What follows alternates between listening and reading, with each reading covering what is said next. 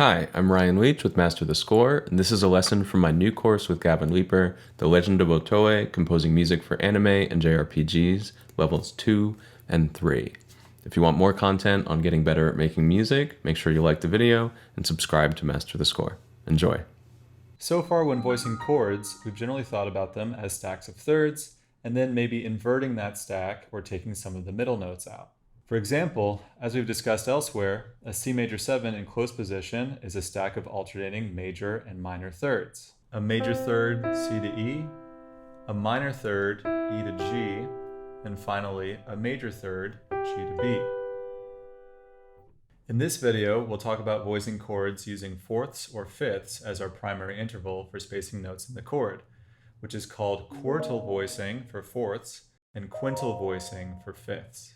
Because the fourth and fifth are by definition wider intervals than the third, these chords naturally sound more open than third bass chords, which I'll call tertiary voicings. For example, we could take the same notes of our C major 7 and space them out by fifths like this. These voicings are very integral to the piano sounds of Studio Ghibli films and recent Zelda games, and there's probably no example more famous than the opening chords of One Summer Day from Spirited Away. The first chord is an F major 9 voiced as, so not based 100% on fifths because of that G in there, but close. This is followed by an E minor 7 add 13, which is voiced as. So we have a fifth in the left hand and a stack of two perfect fourths in the right hand. So we might say the first chord voicing is primarily about fifths, so quintal, and the second is primarily about fourths, so it's quartal. Some of you may recall that an inverted fourth becomes a fifth, and an inverted fifth becomes a fourth. So because of that, there's no reason we can't make the first chord quartal and the second chord quintal. We could play that F major 9 as. Now the right hand is a stack of two fourths, making it a more quartal voicing.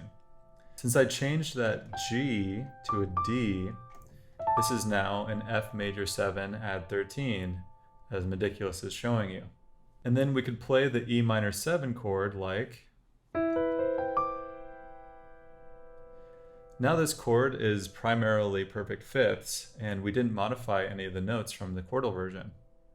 Either way, we get this wide open spacing for the chord that has a much more colorful character to it than our basic tertiary voicings. Let's keep going with the chords from One Summer Day. As you can see, Medicculus has basically no idea what to call these chords. Why is that? Perfect stacks, perfect fourth stacks. Although we don't have to build our chord out of only fourths or only perfect fourths, let's briefly talk about strict stacks of perfect fourths. We'll do the same for fifths in a second. As soon as we have a chord like C, F, B flat, which is a stack of two perfect fourths, we have a chord that's a bit difficult to name. One good naming convention I've noticed for this comes from fellow anime music essayist Cadence Hida. They would call this stack C Quartal 2, with a lowercase q to indicate fourths, and the 2 to indicate that it stacks two perfect fourths up from C. As we keep stacking fourths, it sometimes does spell out a chord that could be diatonic to a certain key. CQ3, for example, can actually be thought of as a C minor 7 with an 11 added. It looks like Medicculus just calls that a C minor 11, even though we don't have the 2 in there. I think from a strict jazz perspective, a C minor 11 has both the flat 7 and the 9 in it. The fourth chord we looked at in the One Summer Day intro could be described as D flat quartal 5.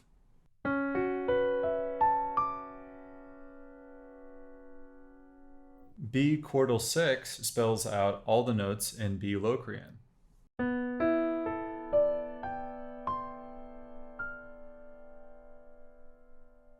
This type of fourths stack sound is very glassy and open. It's a sound all its own that's not major, minor, or even diminished or augmented, although it's probably closest to suspended chords. One of my favorite examples of it is actually from the J-pop world. It comes from the intro to the orchestral version of Alan's Ashitae no Sanka, which was used to promote the Japanese release of the martial arts movie Red Cliff.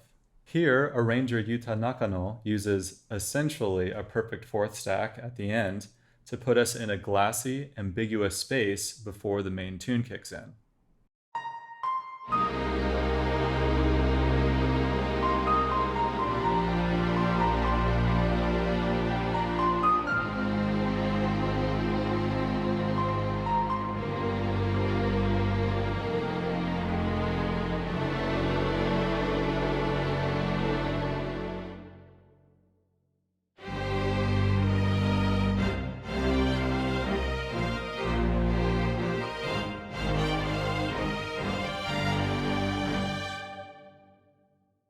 We can look at it on piano to simplify a bit.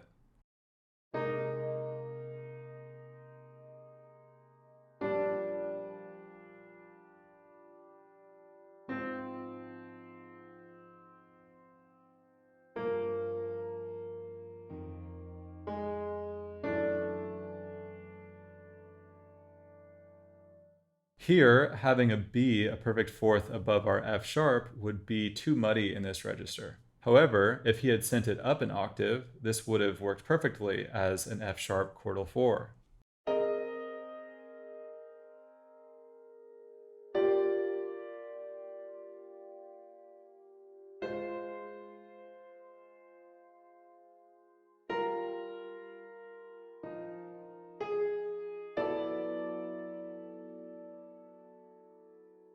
Perfect fifths. We can think about perfect fifth stacks in a similar way to our fourth stacks. We can use the same CQ3 naming convention we used for fourth stacks, but I propose that we capitalize the Q to indicate a perfect quintal stack instead of a quartal stack. So C quintal 2 would be C, G, D, which could be thought of as C sus2. CQ4 is a C6-9. Which is actually used in jazz all the time. We can spell out all of F Lydian in fifths as F quartal 6, which is an F major 13 sharp 11.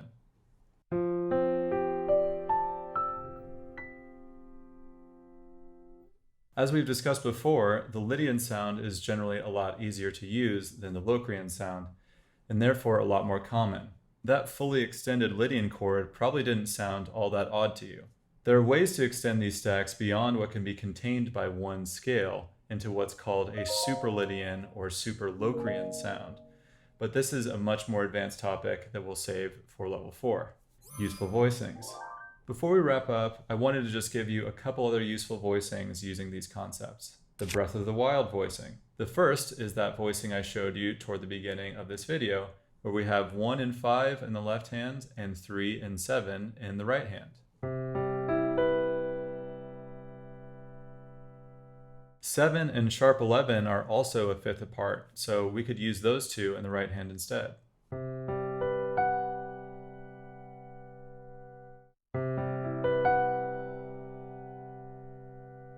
If you dig deep and transcribe piano pieces in this style, for example, in the piano pieces in Breath of the Wild, you'll find voicings like this a lot. The So What chord. The last one is really more of a jazz thing, but a notable one for you to know nonetheless.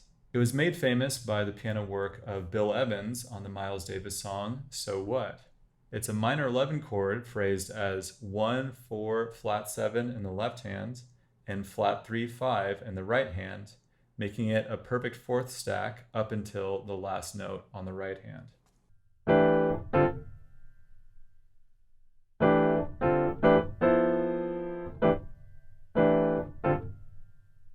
So to summarize, we can build our chords using fourths and fifths instead of thirds, and it yields a unique open sound. With perfect stacks, we sometimes get a chord that is difficult to name or fit into a key, and we can use that to our advantage to get a bit of a mysterious sound. We encourage you to experiment with some of these ideas because they're very idiomatic to the style. In the next video, we'll tackle a broader but related topic, non-functional harmony.